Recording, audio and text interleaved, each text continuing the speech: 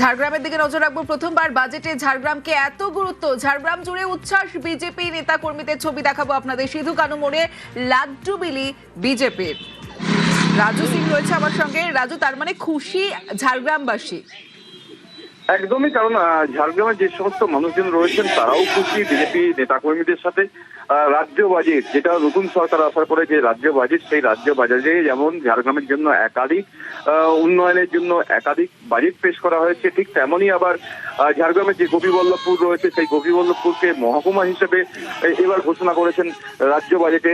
সেই জায়গা থেকে ঝাড়গ্রামের একাধিক উন্নয়নের জন্য যে টাকা বরাদ্দ হয়েছে এবং বিভিন্ন যে উন্নয়ন হবে এবং এই সরকার আসার পরে যে প্রতিশ্রুতি দিয়েছিল সেই প্রতিশ্রুতি মোতাবেক কাজ হচ্ছে। আর সেই সরকার যে সমস্ত প্রকল্প দিচ্ছে তা নিয়ে উৎসাহিত এলাকার মানুষ। বেশ।